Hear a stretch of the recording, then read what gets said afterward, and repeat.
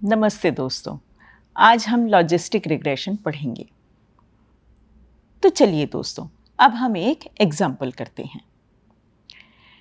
तो अब आप मेरी स्क्रीन पे लॉजिस्टिक रिग्रेशन के लिए एक एग्जाम्पल देख पा रहे हैं। तो सपोज करिए हमारे पास एक डेटा सेट है जिसमें हमारे पास एवरेज शुगर केन क्रॉप की, मतलब कि शुगर केन जो गन्ना होता है, गन्ने की हमारे पास हाइट है। तो हमने ये इसको नोट किया, तो ये हमारा है फीचर। और हमारे को प्रिडिक्ट क्या करना है कि भाई ये राइप हो गया या नहीं हुआ, मतलब कि इसको आप खेती को इसमें से तोड़ लें या नहीं। तो हम कह रहे हैं कि हाइट अगर हमारा, तो ये हमारा फीचर है और हमारे पास कितने सैंपल्स गिवन है, 5 सैंपल्स। तो हमारे पास n is equal to 5 samples हैं और हर सैंपल के करस्पॉन्डिंग हमारे को ये हमारा फीचर है और ये हमारे पास वैल्यू है, एक्चुअल ट्रू वैल्यू है, y है। तो x1 100 है और y हमारा क्या है, y1 is equal to n, so that implies that y1 is equal to 0। हमारा x2 110 हाइट है, तब भी हम कह रहे हैं कि ये अभी पका नहीं है। x3 हमारा 123 है, तब भी हम कह रहे हैं अभी ये पका नहीं है। x4 हमारा 207 हो गया, काफ़ी लंबा हो गया गन्ना, अब हम कह रहे हैं कि हाँ भाई ये तो पक गया है। x5 हमारा ये है, तो हम कह रहे हैं हाँ ये पक गया है। तो इस तरीके से हमने एवरेज हाइट और वो पका है या नहीं पका, जो कि हम आउटपुट में सिर्फ एक बाइनरी वैल्यू देख रहे हैं, उन दोनों का हमारे पास डेटा है। अब हम कहते हैं, हम चाहते हैं कि हम डिसीजन बाउंड्री लर्न कर लें और उसके बाद लॉजिस्टिक रिग्रेशन के पैरामीटर्स देखें। और अब अगर फ्यूचर में कोई हमारे पास गन्ने की हाइट आएगी तो हम बता सकें कि भाई ये पका है या नहीं पका है, तो खेत में से तोड़ना है या नहीं तोड़ना है। तो चलिए अब आप इसे पहले कोशिश करिए कि आप अपने आप सॉल्व करें। अब अगर हमने इसको सॉल्व किया प्रोग्रामिंग के थ्रू, तो हम क्या देखते हैं, अब हमारे डेटा सैंपल, सबसे पहले हम क्या करना चाहेंगे, हम अपने डेटा सैंपल्स को प्लॉट करना चाहेंगे। तो हमने प्लॉट किया, तो ये हमारी y एक्सिस पे y है और हमारे x एक्सिस पे हमारा फीचर है जिसको हम कह रहे हैं, जो कि हमारा x है। तो x वर्सेस y का ये हमने अपना ग्राफ बना लिया। हमने क्लास 0 के सैंपल्स को, कि गन्ना नहीं पका है, उसको हमने रेड डॉट से डिनोट किया। क्लास 1 के सैंपल्स को हमने ब्लू क्रॉस से डिनोट किया। तो आप देख पा रहे हैं 3 हमारे पास रेड डॉट हैं और 2 हमारे पास वाइट डॉट हैं, क्योंकि ये हमारा 0 0 0 और ये 1 और ये 1 है। अब हमने क्या किया कि हमने इसको प्रोग्रामिंग से सॉल्व करने की कोशिश की। तो हमने पहले अपनी numpy लाइब्रेरी इंपोर्ट करी, sklearn में से लॉजिस्टिक रिग्रेशन का मॉडल इंपोर्ट कर लिया। फिर हमने अपना डेटा सेट डिफ़ाइन किया जिसमें कि फीचर मैट्रिक्स हमारा x से डिफ़ाइन किया।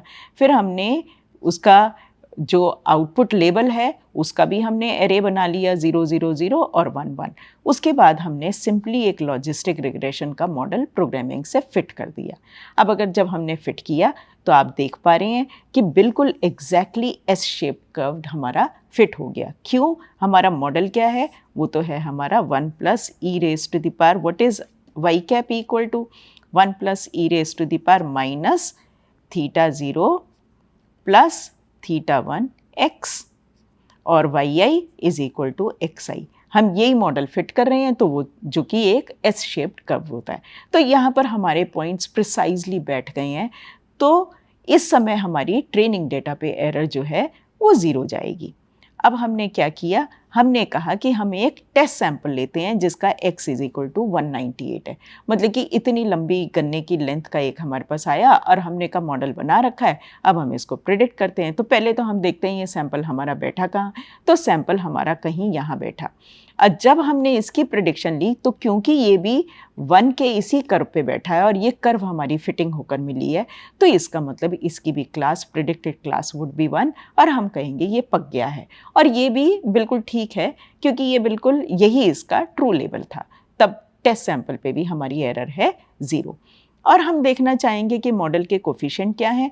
तो आप देखिए थीटा 0 हमारा ये आया विच इज़ इंटरसेप्ट, और थीटा 1 जो हमारा स्लोप जो आया, जो कि नीचे की लाइन में है ना, y cap is equal to y i cap is equal to 1/1 plus e raise to the power minus theta 0 plus theta 1 x i. तो यहाँ पर थीटा 0 और थीटा 1, इसका हमारा थीटा 1 की वैल्यू 0.15 है। तो ये तो देखा हमने एक एग्जाम्पल। अब सपोज करते हैं दूसरा एग्जाम्पल करते हैं। अब इसका आप प्रोग्राम खुद बनाइएगा। अब ये डेटा सेट में हमारे पास क्या इन्फॉर्मेशन है, दोबारा हमारे पास 5 सैम्पल्स की इन्फॉर्मेशन है। लेकिन इस समय क्या है, इस समय हम देखना चाहते हैं कि एक स्टूडेंट ने एक सब्जेक्ट को कितने घंटे पढ़ा और ऑन एन एवरेज कितने घंटे पढ़ रहा था वो, और उसके बाद उसने उस सब्जेक्ट को पास किया या उस सब्जेक्ट में वो फेल हो गया। तो अब हम दोबारा कहेंगे x1 x2 ये हमारे हैं नंबर ऑफ आवर्स वो पढ़ाई किया है उसने, ये हमारे आ गए। और अब हमने कहा यहाँ पर हमारा y1 इज इक्वल टू 1 है, y2 is equal to 1, y3 is equal to 1, y4 is equal to 0 और y5 इक्वल टू 0।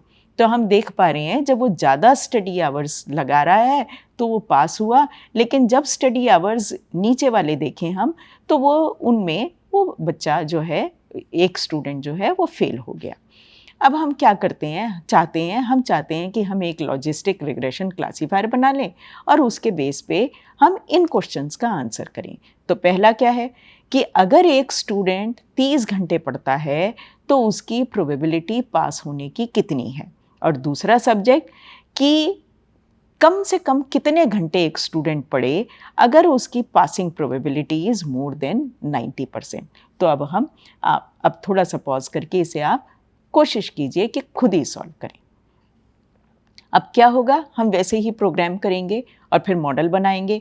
तो मॉडल कुछ इस तरीके से आएगा जिसमें z क्या है, ये है हमारा theta 0 plus theta 1 into x, जो कि हमारा x क्या है, नंबर ऑफ स्टडी आवर्स।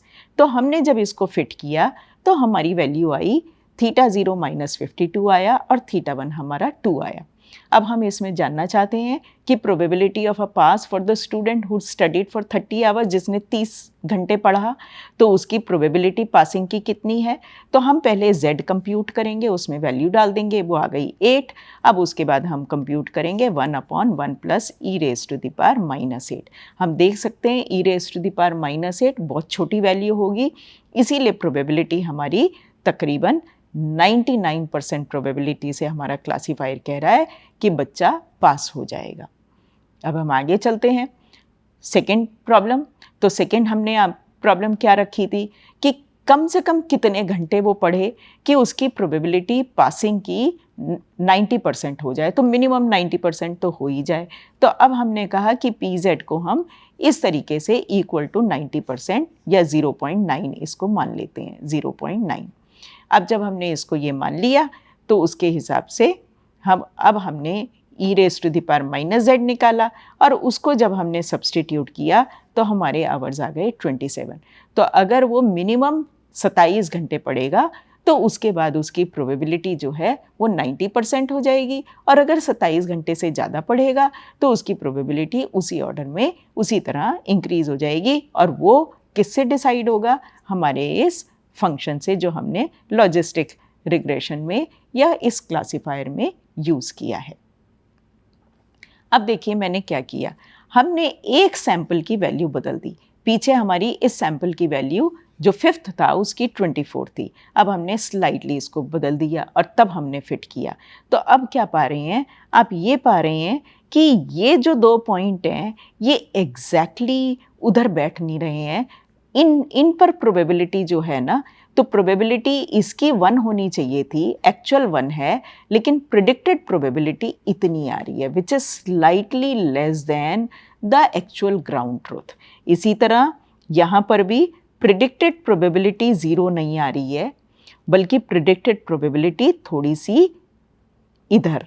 जब ये क्लास 0 के सैम्पल्स हैं तो इनका GT क्या है, इनका GT है y is equal to 0, but y cap जो आ रहा है हमारा वो इस सैम्पल का 0 नहीं आ रहा है क्योंकि ये S कर्व पे बिलोंग करता है।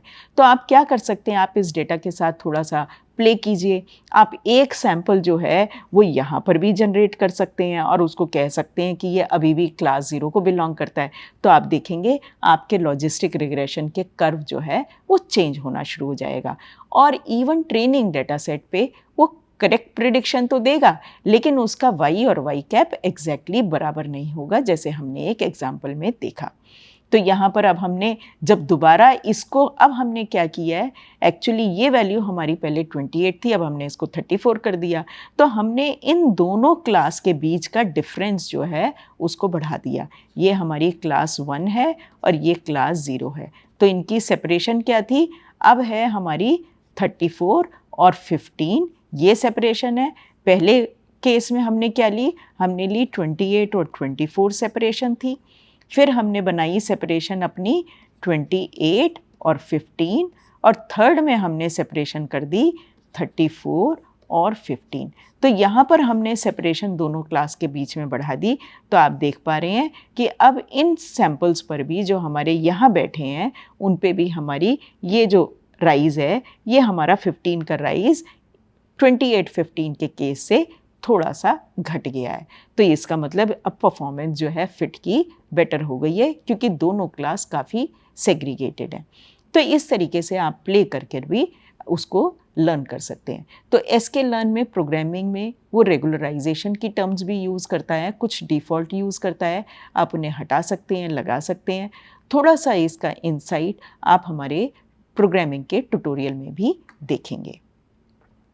तो इन समरी हमने इस पूरे सेशन में क्या पढ़ा, हमने समझा कि लॉजिस्टिक रिग्रेशन कैसे काम करता है, बाइनरी और मल्टी क्लास लॉजिस्टिक रिग्रेशन। और इस पर्टिकुलर लास्ट मॉड्यूल में हमने 2 एग्जाम्पल्स भी देखे कि हम बाइनरी लॉजिस्टिक रिग्रेशन होगा तो उसे सॉल्व करेंगे, तो हमारा कर्व कैसा बनेगा, डेटा कैसे देखें, और उसके बाद हमारे रिजल्ट्स और इन्फरेंसिंग हम उससे कैसे निकालेंगे। नमस्कार, थैंक यू।